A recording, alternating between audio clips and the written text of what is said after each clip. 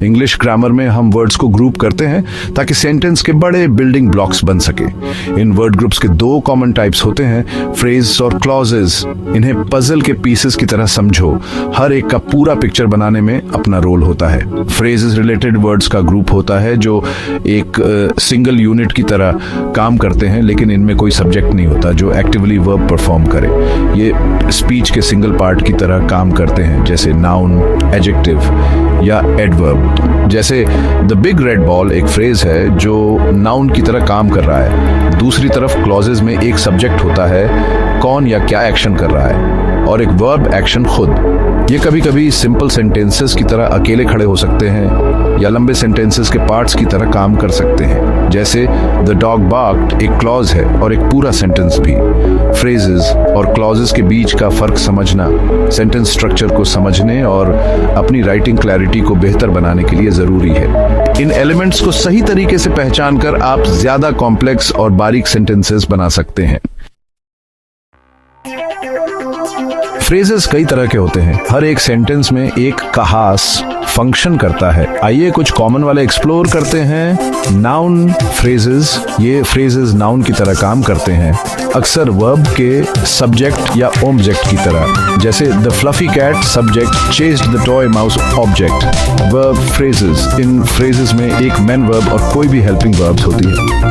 ये सेंटेंस में होने वाले एक्शन या स्टेट को बताते हैं, जैसे शी इज रनिंग या he has finished his homework. Adjective phrases adjective की तरह काम करते हुए ये फ्रेजेस नाउन या प्रोनाउन को मॉडिफाई करते हैं, ज्यादा जानकारी देते हैं, जैसे the book on the shelf या the girl with the red hair. Adverb phrases verbs adjectives या दूसरे एडवर्ब्स को मॉडिफाई करते हुए ये फ्रेजेस बताते हैं कि कैसे, कब, कहां या किस हद तक कुछ होता है। जैसे he walked slowly down the street या she sings beautifully। इन अलग अलग तरह के फ्रेजेस को पहचान कर आप बेहतर समझ सकते हैं कि वो सेंटेंस के पूरे मतलब में कैसे योगदान देते हैं। फ्रेजेस की तरह क्लॉजेस भी अलग अलग रूपों में आते हैं, हर एक का जानकारी देने में एक खास रोल होता है। आइए कुछ कॉमन टाइप्स में उतरते हैं। इंडिपेंडेंट क्लॉजेस, ये क्लॉजेस पूरे विचार को व्यक्त करते हुए सिंपल सेंटेंसेस की तरह अकेले खड़े हो सकते हैं। इनमें एक सब्जेक्ट और एक वर्ब होती है जो एक पूरा आइडिया बताते हैं, जैसे the sun is shining. Dependent clauses independent clauses के विपरीत ये सेंटेंसेस की तरह अकेले नहीं खड़े हो सकते। ये अपना मतलब पूरा करने के लिए एक इंडिपेंडेंट क्लॉज पर निर्भर करते हैं। जैसे बिकॉज इट इज रेनिंग एक डिपेंडेंट क्लॉज है जिसे समझने के लिए एक इंडिपेंडेंट क्लॉज की जरूरत होती है। नाउन क्लॉजेस, ये क्लॉजेस सेंटेंस में नाउन की तरह काम करते हैं, अक्सर सब्जेक्ट या ऑब्जेक्ट की तरह। जैसे what he said surprised me या I know that you are right। Adjective clauses, ये क्लॉजेस नाउन या प्रोनाउन को मॉडिफाई करते हैं, उनके बारे में ज्यादा जानकारी देते हैं। ये अक्सर रिलेटिव प्रोनाउन जैसे who, whom, whose, that या which से शुरू होते हैं, जैसे The movie that we watched last night was interesting। Adverb clauses adverb phrases की तरह ये क्लॉजेस वर्ब्स, एडजेक्टिव्स या दूसरे एडवर्ब्स को मॉडिफाई करते हैं, बताते हैं कि कैसे, कब, कहां या क्यों कुछ होता है। जैसे She smiled because she was happy या He arrived before the meeting started।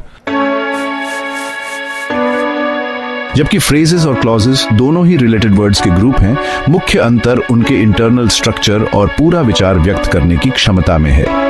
Phrases में सब्जेक्ट वर्ब रिलेशनशिप नहीं होता, स्पीच के सिंगल पार्ट की तरह काम करते हैं। ये सेंटेंसेस की तरह अकेले नहीं खड़े हो सकते और पूरा विचार बताने के लिए हमेशा अतिरिक्त कॉन्टेक्स्ट की जरूरत होती है। दूसरी तरफ क्लॉजेस में एक सब्जेक्ट और एक वर्ब होती है जो एक सेंटेंस का आधार बनाते हैं।